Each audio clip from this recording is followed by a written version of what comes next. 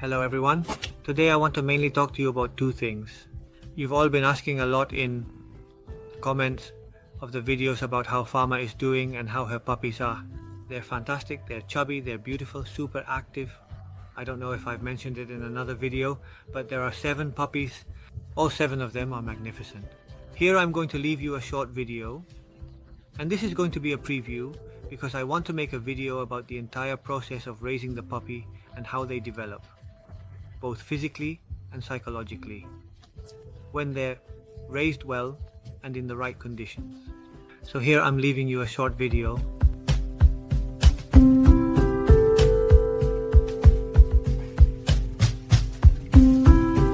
Right now it's not coming out. They're trying to suck, but no milk is coming out. That's why they're tugging at it. The moment milk comes out, they stop pushing and just suck. You can also hear them making noise, sucking, because the milk is coming out. And why isn't the milk coming out? Because it's not a faucet that you just turn on. If milk comes out, you have to stimulate the teats, because the stimulation comes from sucking and pushing. Sometimes you see them upside down, getting their paws up.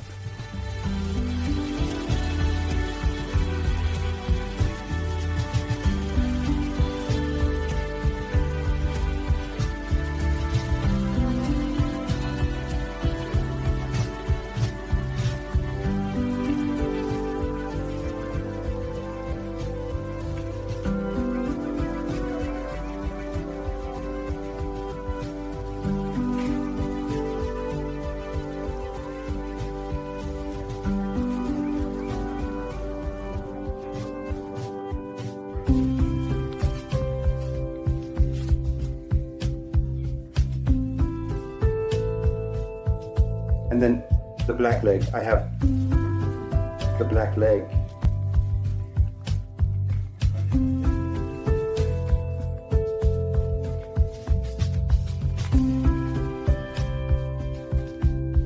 In the Romanesque style, it doesn't have the face of A and the patch, and it goes to you because... The other thing I want to talk to you about is a behavioral issue, which is what we're going to discuss in this video. This behavioral issue is called Canine Compulsive disorder. All of this is in relation to an email that a subscriber, a friend of ours from the channel, sent us about a problem his dog is having. Here you have it.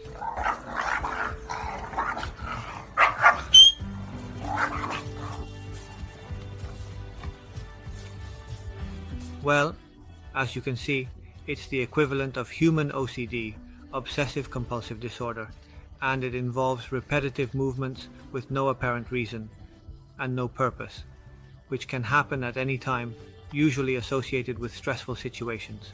This stress can be negative stress, like stress related to fear, stress related to anxiety, or it can be positive stress, like stress related to good things, like someone throwing me a ball, giving me food, or my owner coming home from outside. This can trigger these obsessive compulsive disorders. In the case of dogs, it's called canine compulsive disorder. What are the symptoms? What can we see to start suspecting that our dog has this disorder? Well, as we've seen, the most typical one that everyone finds really funny, although I can tell you it's not funny at all for the dog, is when the dog spins around and tries to bite its own tail. There it is. Good, of course we did it this way. If not, it wouldn't work.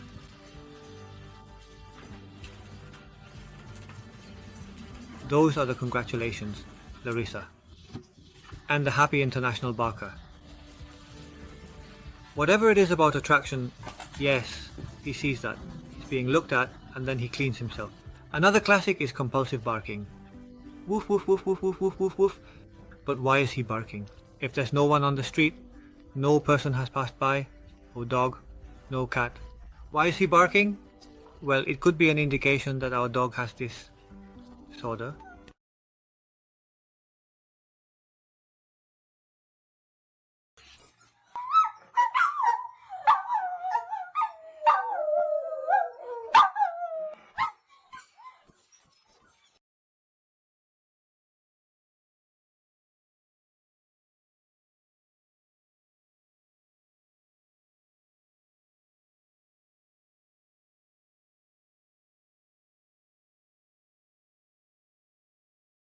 Another symptom can be excessive licking of a part of their body, like usually paws or the side.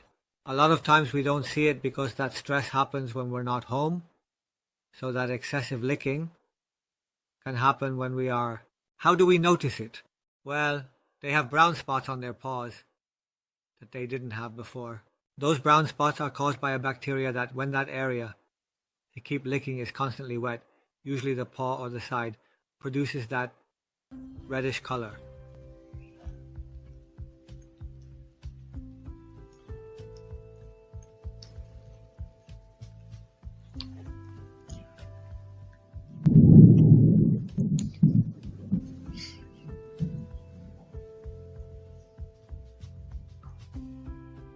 Another classic digging is about making holes everywhere.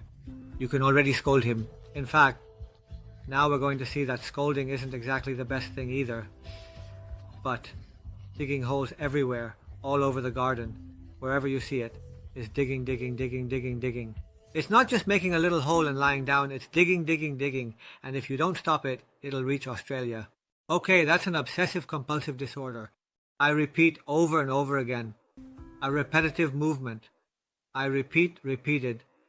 However you say it. A movement that goes on over time. That doesn't lead anywhere. That doesn't make any sense. Some dogs even start to nibble on themselves, causing wounds and lacerations, and some even growl at themselves and attack parts of their own body. Remember this video.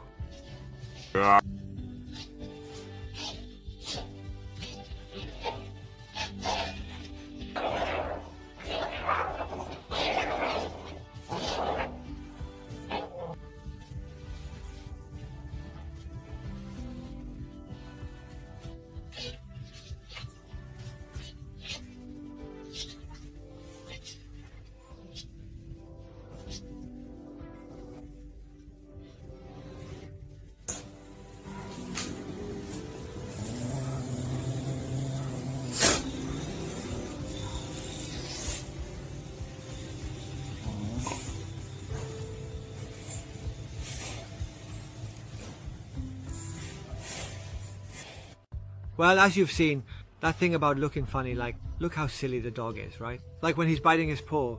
But in reality, that dog isn't okay. That dog is crying out for help. In fact, over the years and months, we're going to see a lot of videos that don't seem funny at first glance because you might think, look how cute the little dog is. But really, if you have some knowledge of canine psychology, you'll see that it's not funny at all. It's a serious problem. And the dog is asking for help. What causes can lead a dog to have that obsessive compulsive disorder? It can be a neurological issue, neurological problem, or even a genetic problem. When I say neurological, I mean physical. When a dog, for example, is weaned too early, it can cause the dog's brain development to be inadequate and improper, leading to different psychological disorders. And the genetic factor also plays a role. There are certain dog breeds that are more prone to suffering from OCD. Well, OCD is obsessive compulsive disorder, or in humans I'm just going to call it OCD for short. And well, there are certain dogs that we need to pay a bit more attention to with this disorder. Well, as I've already said, another problem, another cause that can lead to this obsessive compulsive disorder is early weaning. I've already mentioned this, but I'll emphasize it again. There are people who pick up a puppy from the street, or someone takes a puppy that was born just a week ago. Well, that puppy is most likely going to have problems in the future. Another very important factor is low physical and mental stimulation for the dog. I mean, a bored dog is a dog that's very likely to entertain itself with something, like licking, barking, chewing on things, which is also another form of obsessive compulsive disorder. And the lack of physical stimulation, well, we don't need to go too deep into that topic. I mean, if a dog doesn't run enough, or especially for dogs that are kept in cages, that lack of activity, that excessive confinement, can lead to these kinds of disorders. Another reason is unfair punishments. I mean, punishments that the dog doesn't understand. You can punish a dog in 1,000 ways, and we'll see that there are reinforcements and punishments, positive reinforcements, negative reinforcements, positive punishments, and negative punishments. We'll explain that in another video. I don't want to go too deep into it right now. Now, you can punish a dog if the dog understands it. Great. Now, if he doesn't understand it, that causes the dog serious stress. Stress that can lead to OCD. You'll see throughout my videos that I really don't like positive training. Does that mean we have to mistreat the dog? We shouldn't mistreat the dog, okay? But we also shouldn't take away certain mental stimuli that are good for the dog. Frustration, knowing that something can be done, setting limits, etc., etc., etc. If you want, you can talk about that in another video calmly, because it's not the topic that concerns us right now, which is OCD. And finally, as we've already mentioned, since it's related to stress, continuously experiencing stressful situations lead the dog to this mental disorder. What are stressful situations for a dog? Well, it depends on the dog. There are dogs, for example, that waiting for their owner to arrive causes them so much stress that it can lead to OCD. There are dogs that can't stand being left alone. Remember that dogs are social animals, and they don't handle being alone very well. So, if a dog doesn't know how to be alone, which is something that can also be worked on, if you want one day we can explain in another video what to do so that when a dog is left alone, that inability to be alone can cause stress, and that stress can lead to obsessive compulsive disorder. I love saying obsessive compulsive, I don't know why, it just sounds like it rhymes or something. Well, we've seen more or less the causes that can lead to this. If we suspect that our dog has a disorder, for example, imagine that he's licking his paw a lot. Constantly licking, the first thing to do is take him to the vet to rule out any physiological problems. Imagine, for example, that the dog's paw hurts for some reason. Maybe it has a thorn stuck in it, or it broke a toe, or it broke a nail, whatever it is. It's normal for it to lick. He's actually not having any obsessive compulsive disorder. He's trying to soothe the pain caused by that injury. So to rule out any kind of injury, the first thing is to take him to the vet and have them do whatever tests they need to do. Sometimes blood tests or ultrasounds are needed because maybe the dog doesn't have pain in its paw, but it could have internal pain in some of its internal organs, and that can cause that kind of behavior. That at first seems strange, but really isn't. Once we've ruled that out, then we can start to suspect that the dog is experiencing episodes of stress that are leading to that repetitive behavior, like the case we saw earlier. Okay, we've already seen the causes, we've seen how to suspect it, but we also need to keep in mind one thing. There are certain behaviors from the owner that can lead the dog, oh, it itches me. That can lead the dog to worsen that behavior, not to record it with the phone, but to make it more serious. Okay, that's it, I'm done. The most common thing, for example, is that if a dog is licking or biting itself, the owner tries to solve it on their own without consulting a specialist, whether it's a vet, a canine psychologist, or a trainer. You need to know how to distinguish, as I've said in several videos, between a trainer and a canine psychologist. You need to go to a canine psychologist who can teach you how to solve the problem. Don't try to handle it on your own, for example, by putting a muzzle on him or preventing him from licking, because that will just lead to other types of behavior that might be more harmful. The dog won't understand why it's happening, and it won't solve anything at all. The only thing it will create is a bad bond with the dog. Don't reward him in any way. Most typical thing is to try to pet him to calm him down. Well, that doesn't work either, because the dog might interpret, in fact it's most likely that he interprets those pets as a reward for that behavior. So what it's going to do is intensify that behavior, whether it's licking, spinning around, wagging its tail, and all the things we've mentioned. So what can we do when our dog has OCD? Well, is there treatment for that? Okay. There are medications that the vet can give you to lower those stress levels and reduce the dog's symptoms, but the drugs won't cure the dog. They need psychological treatment. Vitamin B. In the diet also helps a lot. A proper diet, of course, but in addition, a supplement of vitamin B and minerals has been shown to reduce that behavior, which is also regulated by the hypothalamus and helps the dog behave in a more normal way. Well, as I mentioned before, one of the causes is a lack of physical and mental motivation. So it's about giving them that physical and mental activity, making them run. Agility is great because it makes them run and think, so it has both things. Mental stimulation. Remember the mental games? I don't know if it was in the course, here in the course playlist, or in the canine psychology playlist, but there's one about play. There's a video about play, one of the types of games where it forms. I'm going to leave the card here so you can check it out if you want. There's a type of game called mental stimulation games. These are really great for this type of problem. As I mentioned before, part of the treatment is to avoid scolding and to avoid rewarding the dog.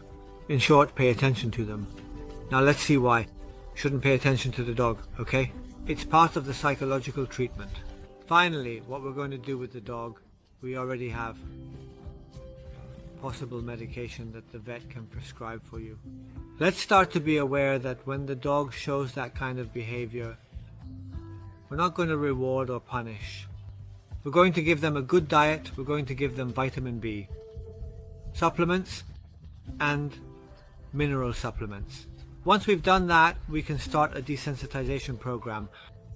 What is this? We're going to teach the dog that the behavior that has been useful for relieving stress so far needs to be controlled. They have to learn to control it. The best way to control it is to desensitize the dog to the stimulus that causes that stress. It seems complicated, but I'm going to try to summarize it so that it's easy for everyone. For example, in the video of our friend Ivan, we see the dog getting very nervous and starting to spin around, so the trigger for that behavior is food. It's putting down the food bowl. When they're about to be fed, it creates such anxiety and stress that the dog ends up spinning around to chase its own tail. A tail that in this type of dog is practically non-existent. Okay? So in reality, it's not chasing anything. It's an excessive compulsive disorder. How do we avoid that? Well, if I come in with my plate of food and the dog starts doing that, since I can't scold him or reward him, what I do is leave. When I leave, that stress decreases drastically because I'm not there anymore, and it makes the dog think, oh, what happened? Nothing. After 4 or 5 minutes, I come back and give him the food bowl again. So I do it again, I go back, and then I come back. This way, the dog will stop that behavior. When I arrive and the dog does that behavior, automatically give him the food bowl. What this is going to do is help the dog learn to control that anxiety and, well, reduce that stress. If the trigger is the ball, then the ball disappears. If I'm the trigger, then I disappear. Okay, that's it. Don't forget to subscribe. Give it a thumbs up. Share the video so it reaches a lot of people. And well, see you in the next video.